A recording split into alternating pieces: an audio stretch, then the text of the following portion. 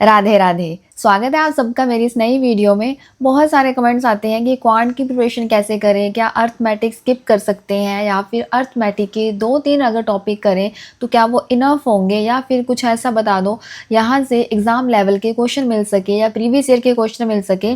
सो ये सारे डाउट आपके आज मैं इस वीडियो में क्लियर करने वाली हूँ। सो बने रहना वीडियो में एंड तक। सो चलिए शुरू करते हैं।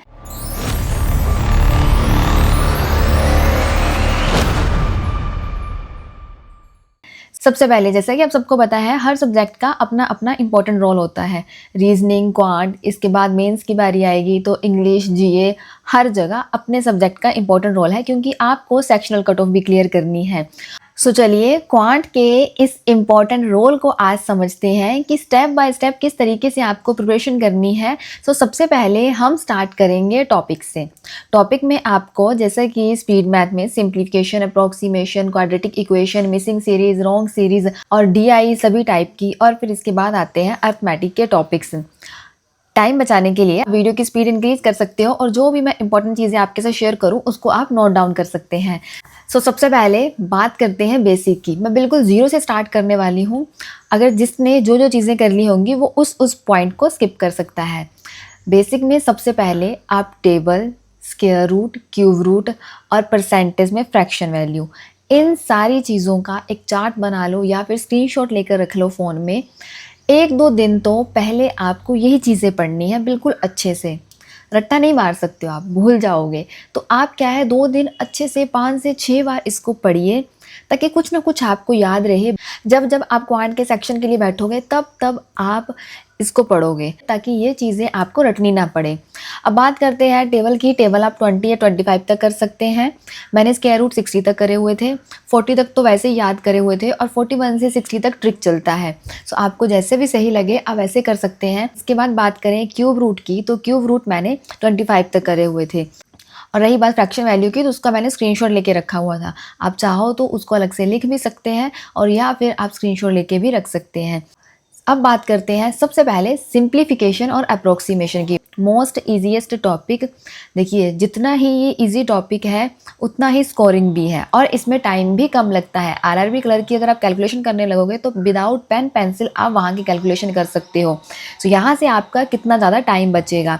कैसे बचेगा? जब आप उसकी प्रैक्टिस करोगे, आपको पता होगा कि इस क्वेश्चन को इस तरीके से सॉल्व करना है, माइंड में कैलकुलेशन कर लोगे तो वो चीज़ आपके लिए बहुत हेल्पफुल होगी एग्ज़ाम में। क्योंकि आपको पता है आरआरबी क्लर्क में तो 80 में से 79, 76, 78 इस तरीके से कट ऑफ जाती है। इतनी हाई कट ऑफ का रीज़न यही है क्योंकि उनकी कैलकुलेशन, उनकी स्पीड बहुत ज़्यादा होती है, इसलिए वो सारे क्वेश्चन अटैम्प्ट कर पाते हैं। अब बात करते हैं, आप यहाँ से 20 से 30 क्वेश्चन डेली के डेली प्रैक्टिस करो। आप स्टार्टिंग में 20 से 30 क्वेश्चन प्रैक्टिस करो सिंप्लीफिकेशन के और अप्रोक्सीमेशन के, ताकि आपकी अच्छी पकड़ बने। नेक्स्ट बात करते हैं नंबर सीरीज। नंबर सीरीज 2 तरीके की, एक तो मिसिंग सीरीज, दूसरी रॉन्ग सीरीज। पहले आप मिसिंग सीरीज करोगे, उसके बाद आप रॉन्ग सीरीज पे स्विच करोगे। रॉन्ग सीरीज थोड़ी टाइम टेकिंग होती है, बट विद प्रैक्टिस आप उसको भी सीख जाओगे। अब इसमें सबसे पहले किस पे फोकस करना है, हमेशा पैटर्न को पहचानना सीखना है कि उसमें क्या पैटर्न चल रहा है।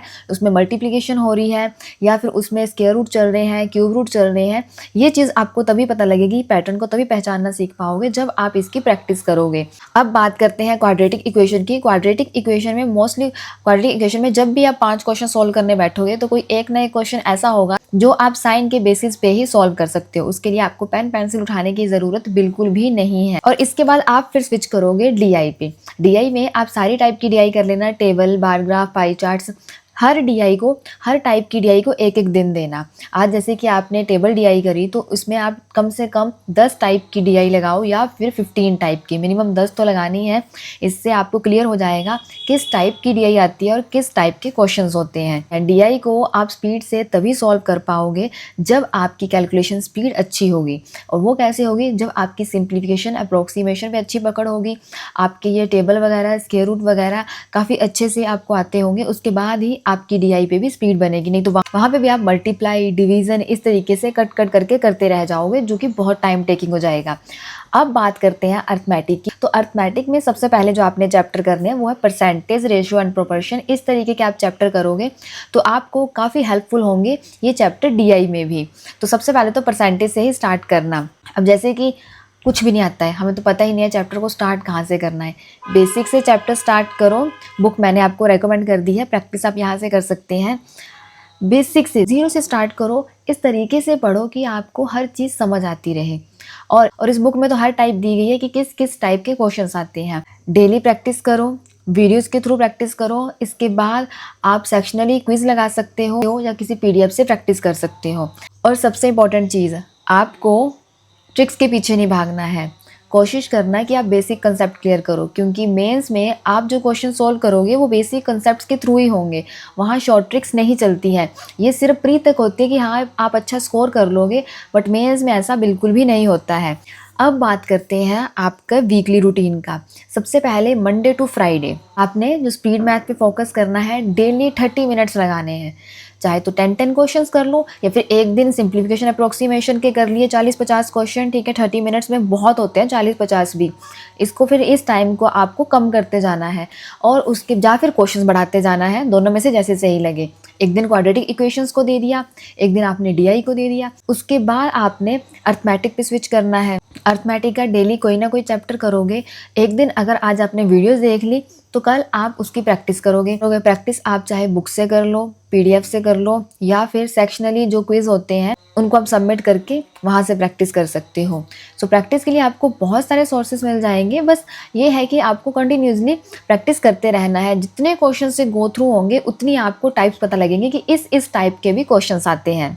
और सैटरडे आप फुल मॉक लगा सकते हैं और फुल मॉक के बाद उसको एनालाइज ज़रूर करना है। जब तक आप एनालिसिस नहीं करोगे कि आपने कहाँ गलती करी है, उस मॉक टेस्ट का कोई भी फ़ायदा नहीं होगा। आज उसमें 80 में से अगर 50 आए हैं तो कल भी 80 में से 50 ही आएंगे अगर उसको दोबारा सॉल्व करोगे, एनालिसिस करोगे। तो कल जब आप उस मॉक टेस्ट को दोबारा सॉल्व करोगे तो वो आपके मार्क्स इंप्रूव होके 50 से 60 प्लस हो चुके होंगे या फिर 70 प्लस हो चुके होंगे। ये तभी जब आप अपनी गलतियों को एनालिसिस करोगे कि आपने कहाँ पे क्या मिस्टेक करी हुई है।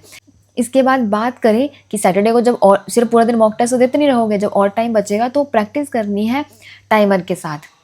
अब सेक्शनली क्विज लगा सकते हो। जब आपकी टॉपिक वाइज अच्छी पकड़ हो जाएगी उसके बाद आप टाइमर के साथ क्विज लगाया करो, ताकि आपकी स्पीड भी बन जाए प्लस इसके साथ साथ आपकी एक्यूरेसी भी रहे। बात करते हैं संडे की। संडे में जो आपको टॉपिक सबसे डिफिकल्ट लगता है कि इस वीक मैंने 3 टॉपिक प्रिपेयर करे हैं तो उसमें मुझे प्रॉफिट एंड लॉस सबसे टफ लगा, तो आज सिर्फ प्रॉफिट एंड लॉस के क्वेश्चंस करो या वीडियो देख लो। वीडियो को पॉज करके क्वेश्चन सॉल्व पहले खुद करो, फिर टीचर का देखो कि उन्होंने किस तरीके से आपको सॉल्व करना सिखाया है। क्या आपने एग्जैक्टली सर की तरह सॉल्व किया है या मैम की तरह सॉल्व किया है, क्या आपने ज़्यादा टाइम सॉल्व करने के लिए लिया है। सो इस तरीके से आप वीडियो देख के भी प्रैक्टिस कर सकते हो। और संडे वाले दिन अपने वीक टॉपिक्स या फिर डिफ़िकल्ट टॉपिक पे फोकस किया करो। बात करें टाइम मैनेज की तो कोशिश किया करो जब भी मॉक टेस्ट लगाते हो, सेक्शनली मॉक टेस्ट लगाते हो, तो उसमें पहले आप अपने इजी टॉपिक को कवर करने की कोशिश किया करो जो टाइम टेकिंग नहीं होते। अब ऐसा बोलोगे कि हम तो पहले सारा सेक्शन ही देखते रहेंगे, देखिए कुछ ऐसी डीआई होती है या फिर कुछ ऐसी पजल्स भी होती है रीजनिंग में जो आप देख के पता लग जाएगा कि इसकी प्रैक्टिस मेरी उस लेवल की नहीं है कि मैं एक बार में बना सकूं।